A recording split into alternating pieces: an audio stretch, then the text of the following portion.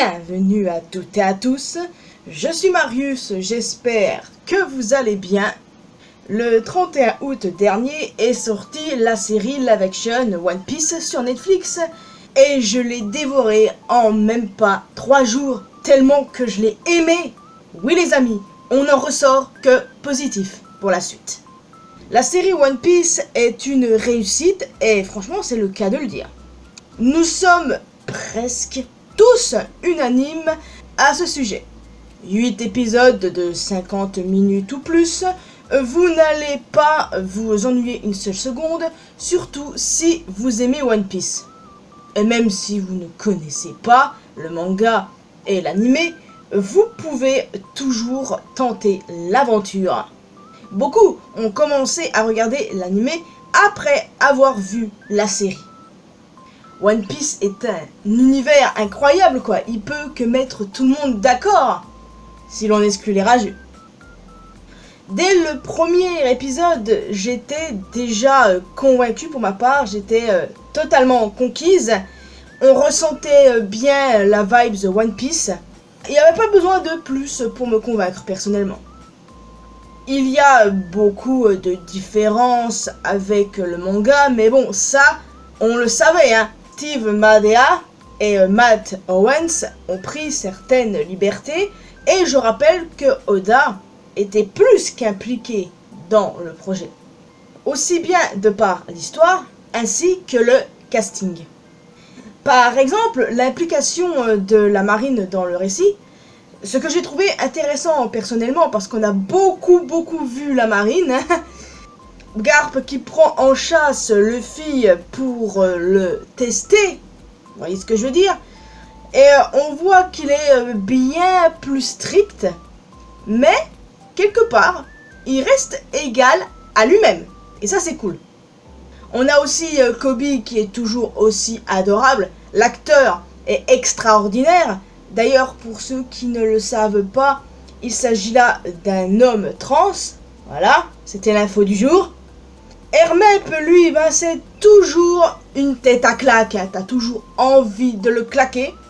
Et je me serais vraiment bien passé de voir la scène où il est à poil.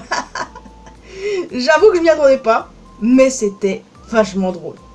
Et enfin, on a Bogart, qu'on a vu beaucoup plus dans ce live action que dans le manga. Personnellement, ce personnage m'a toujours intrigué. Mais par contre, j'ai pas vraiment aimé la façon dont il a parlé à Zeph, hein. Pas du tout. Mais c'est dommage qu'il n'ait pas eu un rôle aussi important dans le manga. J'espère qu'on en verra plus sur lui dans le futur. Mais en tout cas, voilà, c'était vraiment cool. Et puis l'acteur est stylé de ouf, hein, faut le dire. J'ai hâte de voir la suite avec lui. Il y a eu des changements, comme la scène où Luffy frappe le monstre marin, qui est absente. On n'a pas vu cette scène, malheureusement. On a aussi l'absence de certains personnages qu'on connaît quand même très bien dans la première partie du manga, donc à It's Blue, par exemple, Django n'était pas là. On l'a seulement vu en avis de recherche, mais pas physiquement et pas dans l'équipage du chat noir, avec Kuro, Bushi et Shan. Karn, le deuxième cuistot, était également absent. Sur le Baratie, on retrouve Patty, mais pas Karn. Pas de Octi, et encore moins Meumeu, la vache des mers. Enfin, on l'a rapidement vu sur la carte dans le premier épisode. Il faut vraiment être attentif pour voir les détails, tout ça les amis. J'avais pas vu la première fois, c'est en regardant une vidéo que je l'ai découvert. Mais bon, voilà, en soi, ils ont pas oublié le personnage, et peut-être qu'avec un peu de chance, on le reverra. Je sais même plus si c'est un mâle ou une femelle, mais bon, dans le futur, dans les futures saisons. Ouais, et je parlerai de ça tout à l'heure, les amis. Donc oui, je disais qu'il y avait l'absence de certains personnages, il faut pas non plus oublier Johnny et Yusaku. C'était eux qui menaient Luffy et compagnie après que Nami soit partie, alors que dans live action, c'est Baggy, enfin bon, sa tête, voilà. Et on a aussi Don Krieg, qui n'est pas l'antagoniste de l'arc Baratie, parce qu'il s'est fait tout simplement tuer par Mihawk. Par contre, on a vu Jin, et ça, c'est vraiment cool, parce que c'est un perso que j'aime beaucoup, et que j'aimerais vraiment revoir dans le manga dans le futur, quoi. Ça fait des années que j'attends ça. Qui sait, peut-être que on le reverra. Pour moi, Oda a tout prévu, c'est juste qu'il prend son temps. Ça reste des changements assez intéressants, n'est-ce pas? Et je ne trouve pas ça du tout dérangeant. Laissez-moi vous rappeler qu'il s'agit là d'une adaptation et non d'un copier-coller. Donc c'est totalement normal et moi ces changements me vont, quoi. C'est pas du tout dérangeant, quoi. Les Mugiwara sont fidèles à eux-mêmes, vraiment. Inaki Godoy est un superbe Luffy. Pour moi, il est Luffy. Makeyu en Zoro, franchement, il aggrave le swag, il est super stylé, quoi. Waouh, quoi, il est trop bien fait, c'est Zoro, quoi. Même chose pour Emily Rood en Nami, qui est juste sublime. Il y a pas meilleur Nami qu'elle, très clairement, les gars. Ils ont fait le meilleur choix de casting avec elle, quoi. Et c'est exactement pareil pour Jacob Gimson Romero et Taz Skylar, donc Usopp et Sanji. Ils ont tous pris beaucoup de plaisir et ça se voit. Quand je vois les vidéos où ils sont tous ensemble là, quand ils ont réagi au trailer par exemple, ou à certains extraits de la série, enfin tout ça quoi, on voit qu'il y a une vraie alchimie entre eux. Et ça c'est beau, c'est vraiment beau les amis. Par contre, qui s'attendait à avoir un bisou entre Usopp et Kaya? Franchement, c'était trop mignon et j'approuve ce choix, Monsieur Oda. J'approuve totalement. En attendant, le Usopp du manga n'a encore pas conclu. Enfin, sans oublier que par moment, j'avais l'impression que Zoro et Nami allaient se pécho. Non mais je vous jure, c'est même pas une blague. Vous le savez, je ship Zoro et Nami et ce depuis des années, ça n'a pas changé et je pense pas que ça changera un jour. Et surtout avec ce que Netflix nous a proposé, donc merci beaucoup Netflix. Mais bon, pas de romance entre les membres de l'équipage, Oda l'a très bien précisé. On a eu une info il y a quelques jours qui est sortie à ce propos, je respecte totalement ça, mais bon, voilà. C'est mon ressenti à l'égard des deux personnages, j'ai vraiment cru que sur le Baratis allait se pécho à forge. Mais attendez, vous êtes en train de faire quoi là? Moi j'étais contente hein, parce que ça m'aurait vraiment pas dérangé parce que je les ship depuis des années comme je vous l'ai dit alors. Bon, pour en revenir au casting, pour moi c'est un sans faute. De par les Mugiwara et aussi les autres personnages. Peu importe ce que certains disent du design d'Arlong, qui est pourtant vraiment parfait hein. En tout point, pour moi Arlong est excellent. C'est vrai que on peut un petit peu grincer des dents, notamment pour Smack et Kurobi, mais voilà, ça reste des hommes poissons, ils sont assez réalistes, donc moi j'aime bien et ça me dérange pas. Les gens, enfin certains sont aussi dérangés par Nojiko, parce qu'elle est noire, hein, et pourtant moi je la trouve sublime et parfaite en tant que Nojiko. Je ne vois pas ce que les gens ont à dire là-dessus, c'est n'importe quoi. Et il y a celui qui a été le plus critiqué, je crois que je n'ai vu aucun avis positif à ce sujet.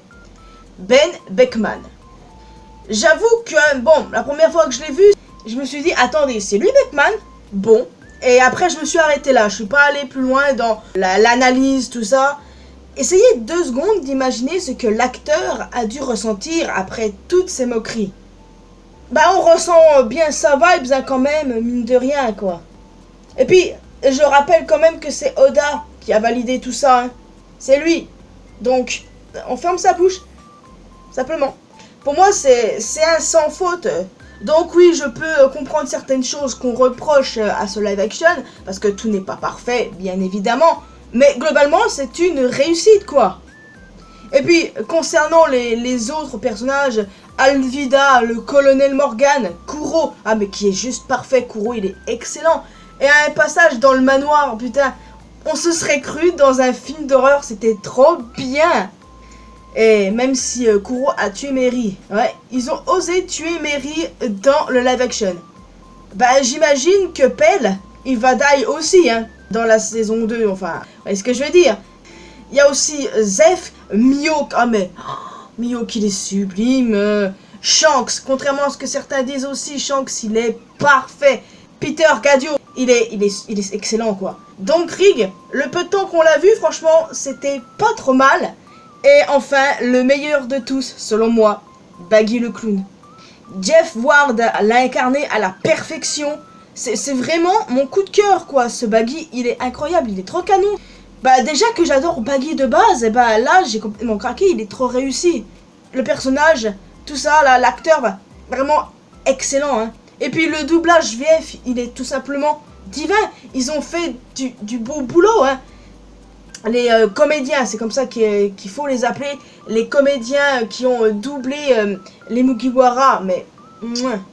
Allez voir la vidéo qui est sortie il y a quelques jours sur la chaîne de Netflix France. Ils ont fait un travail incroyable, et puis la VF des autres personnages aussi est top, notamment celle de Baggy. Revenons là-dessus. Bien sûr, on va parler d'autres détails comme les fruits du démon qui ont été super bien animés. Ouais, on a vu que Luffy et Baggy évidemment, et j'ai hâte de voir ce qu'ils vont nous proposer pour la saison 2. Avec Robin et du coup Chopper, hein. Je me demande encore comment ils feront pour Chopper, mais bon, je travaillerai sur le sujet, j'en ferai peut-être une vidéo dans le futur. Nous avons eu la scène de combat entre Zoro et le Mr. Seven original, qui était super bien animé et tout. Et OMG, la surprise lorsque Zoro l'a coupé en deux. Cette scène a déjà été évoquée dans le manga, mais on ne l'avait jamais vue. Mr. Seven était un agent du Baroque Work que Zoro a tué, et on a vu cette scène dans live action, ce qui est vraiment cool. Le seul moment que Oda nous a montré à quoi ressemblait ce Mr. Seven, c'était en SBS. Et du coup, bah, on retrouve le set sous la joue, la coupe. Franchement, je valide. Et voilà, ça, c'est quelque chose qui m'a étonné, la scène où il l'a coupé en deux pour le coup. Je m'attendais pas à une telle violence, mais bon, j'ai quand même kiffé. La scène avec Roger m'a donné de ces frissons, les amis. Les gens, ils se sont un peu excités quand ils ont vu cette femme. Et certains pensent qu'il s'agit de Crocodile. Vous connaissez la théorie de Crocodile qui était une femme avant, parce qu'Ivankov connaît un gros secret le concernant. Et ce secret serait le fait que Crocodile était une femme avant, et que par les pouvoirs d'Ivankov, il soit devenu un homme. Je crois totalement à cette théorie, hein, en passant. Mais que cette femme soit Crocodile, bah j'ai quand même de sérieux doutes, parce qu'on se focus quand même pas mal sur elle, c'est vrai. Mais après il y a Shanks derrière, donc je ne sais pas. J'ai envie de croire à la théorie, mais à la fois je doute que ce soit cette femme. Enfin bref, passons. La fin de la saison nous a proposé des choses intéressantes, telles que l'association à venir entre Baggy et Alvida, qui n'a pas son pouvoir de fruit du démon. Donc ça veut peut-être dire que dans le live action, Alvida n'aura peut-être pas son fruit du démon et qu'elle sera comme ça.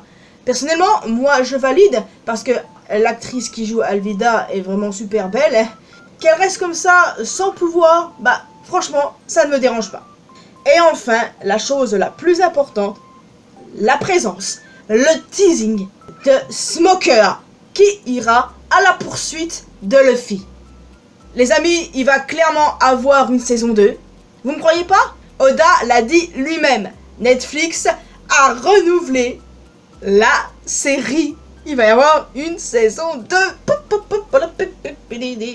Ça, c'est trop bien. Parce que les rageux, là, à tout va, il y en a qui n'arrêtaient pas de dire que ça allait flop, qu'il n'y aurait pas de saison 2, tout ça, que les chiffres ne mentaient pas. Exactement, les chiffres ne mentent pas.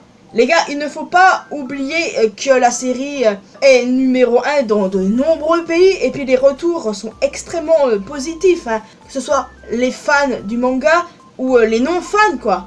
Les haters et les rageux ne comptent pas, parce que c'est eux qui disaient que c'était un flop et qu'il n'y aurait pas de saison 2. Mais Oda l'a confirmé lui-même pas plus tard que hier soir, ok? Il va y avoir une saison 2, vous l'avez bien dans le huc. Ah, ça c'est une nouvelle qui donne le smile, quoi, qui a bien terminé ma soirée et tout.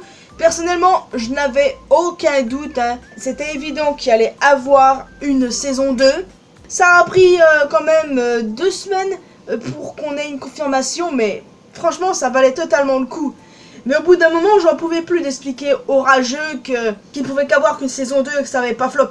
Bah pour leur expliquer ça, notamment aux fans de Naruto, à certains évidemment, je ne vous mets pas tous dans le même panier, évidemment. Mais voilà, c'était chiant à force d'expliquer ça et maintenant, ils sont en train de chialer dans leur coin. C'est magnifique. Je bois leur seum, moi. Donc oui, je vous parlais de Smoker. On va donc du coup commencer la saison 2 avec l'arc Longton, là où Luffy est traqué par Smoker et sauvé par Dragon. Dragon qu'on voit évidemment de dos lors de l'exécution de Roger. Et à mon avis, on va finir avec l'arc Alabasta avec Crocodile et le Baroque Work, mentionné plusieurs fois dans la saison 1, donc c'est assez évident. Donc on commencera par Longton et qu'on terminera par Alabasta. Je pense que ce sera comme ça les amis. Mais bon, jusqu'où iront-ils? Bah, c'est à méditer, mais ils ont récemment dit qu'ils comptaient faire à peu près 12 saisons. Je sais pas s'ils incluaient la saison 1, mais en admettant que c'est le cas, bah ça demande beaucoup de boulot. Donc, il y aurait au total 12 saisons éventuelles à One Piece, donc allez voir comment ils vont s'organiser, et 6 avec Oda. Alors, écoutez, je ne sais pas jusqu'où ils iront, mais bon, 12 saisons, c'est vraiment très ambitieux ça les amis, et je ne pense pas qu'ils iront si loin. Je veux dire, à la limite, bah, si ça fonctionne bien, oui, pourquoi pas. Mais bon, 12, pour moi ça fait beaucoup. 6 c'est suffisant, voire 7 ou 8.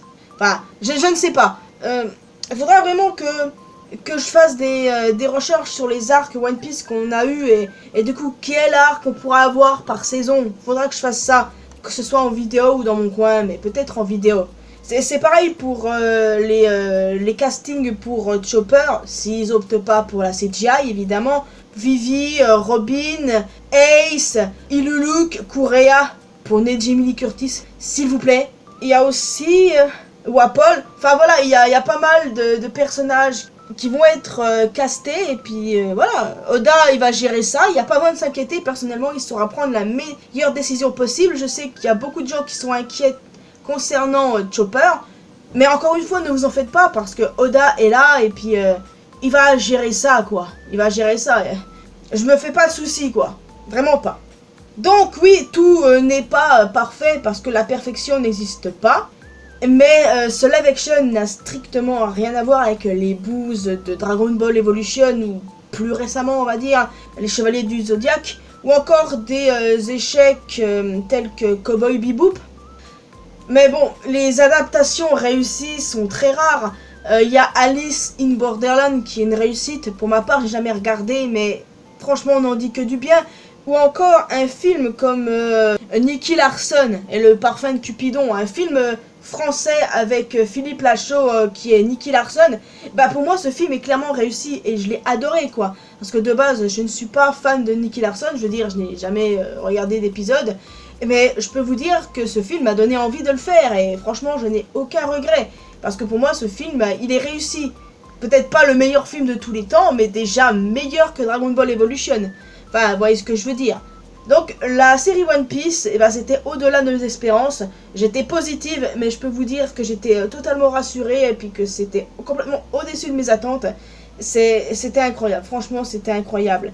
Et encore une fois dans vos hucs les rageux oui. Quoi qu'il en soit, comme je vous l'ai dit, je ferai une vidéo spéciale casting saison 2. Maintenant qu'il y a eu l'annonce officielle, je vais pouvoir travailler dessus dans mon coin dans les semaines à venir, évidemment, pour donner mes idées de casting. En tout cas, je ne vais pas aller dans la direction d'acteurs trop connus, parce qu'en soi, les acteurs que nous avons vus dans cette saison 1 sont pas trop connus du public, mais plutôt peut-être de ceux qui regardent Netflix. Par exemple, Inaki Godoy, je ne sais plus trop où il a joué, Emily Rood a joué dans les Fear Street, il me semble, et Morgan Davies, qui joue Kobe, et ben il a joué dans le dernier Evil Dead, si je dis pas de conneries. On va devoir pas mal travailler sur ce côté-là, Marius. En tout cas, je ferai sans doute d'autres vidéos sur ce live action. Une vidéo comparaison manga live action peut-être. Ça demandera beaucoup de boulot donc je sais pas si je pourrai le faire. En tout cas, pour moi, cette adaptation live est une réussite. Les personnages, les décors, les animations des pouvoirs. Et personnellement, c'est vrai que l'animation des pouvoirs m'inquiétait un petit peu au début, mais les bandes annonces m'ont calmé là-dessus. Les scènes de combat qui sont très cool. Le doublage VF qui est parfait, enfin voilà, j'ai rien à dire. Pas parfait sur tous les points, mais vraiment une bombe. C'est tout. On retrouve bien les codes de One Piece tels que l'humour qui est un élément essentiel dans l'œuvre quand même. On ressent tout un tas d'émotions comme lors de la scène avec Nami qui demande l'aide de Luffy, qui est une scène très émouvante dans le manga. Et franchement, ça a été bien retranscrit dans le live action. Franchement, ils ont fait du bon boulot. On voit bien que les scénaristes, réalisateurs, les acteurs aiment One Piece, même si certains ne connaissent pas l'œuvre. One Piece, ça rassemble tout le monde. Je veux dire, voilà, c'est ça avant tout One Piece. Hein. Les fans et les non-fans qui finissent par devenir plus tard des fans. Et franchement, voilà quoi, tout le monde a bien joué leur rôle à la perfection. Je vous remercie vraiment beaucoup Netflix, vous avez respecté l'œuvre comme jamais. Et puis de savoir qu'Oda était là, il n'y a rien de tel pour rassurer quoi. Je vous jure, j'ai vraiment surkiffé. À aucun moment je me suis ennuyé. J'ai pas relevé tous les défauts. Il y en a, c'est assez clair. Mais il y a plus de qualités, de points positifs que de défauts et de points négatifs, si vous voyez ce que je veux dire. Et ça fait vraiment plaisir parce que j'ai quelques amis qui ne connaissent rien à One Piece. Et ce live action leur a donné envie de découvrir davantage l'œuvre. Et ça, il n'y a rien de tel qui me fait chaud au cœur, moi. Vraiment. Donc, merci Netflix. Merci surtout à Oda Sensei et hâte de voir la saison 2, oui. En tout cas les amis, il est temps pour moi de vous laisser ici. J'espère que vous avez apprécié cette vidéo. Qu'avez-vous pensé de cette série? Est-ce que vous l'avez aimé autant que moi? Qui a le mieux joué son rôle selon vous? Que ce soit parmi les Mugiwara ou les autres personnages évidemment. Qui selon vous a le plus de flow? Personnellement, c'est Mihawk pour moi. Mais Garp évidemment, Garp pour moi c'est au-dessus quoi. Et mon préféré c'est clairement Baggy comme je vous l'ai dit. Et voilà, j'ai hâte de discuter de tout ça avec vous. Et puis oh, ça me hype trop pour la suite quoi. Vraiment, One Piece c'est spécial à mon cœur depuis des années. Et puis l'un de mes rêves c'est vraiment de rencontrer Oda Sensei et de lui dire à quel point son manga a changé ma vie. Mais bon, c'est qu'un rêve. Enfin bon voilà les amis, en plus d'un commentaire, n'hésitez pas à laisser un petit pouce bleu, ça fait toujours plaisir évidemment. Vous pouvez me retrouver sur mes réseaux sociaux, les liens sont comme d'habitude dans la description. Et le plus important, abonnez-vous à cette chaîne ainsi qu'à ma chaîne secondaire pour qu'on puisse se retrouver dans une prochaine vidéo. Vive One Piece! Bye bye!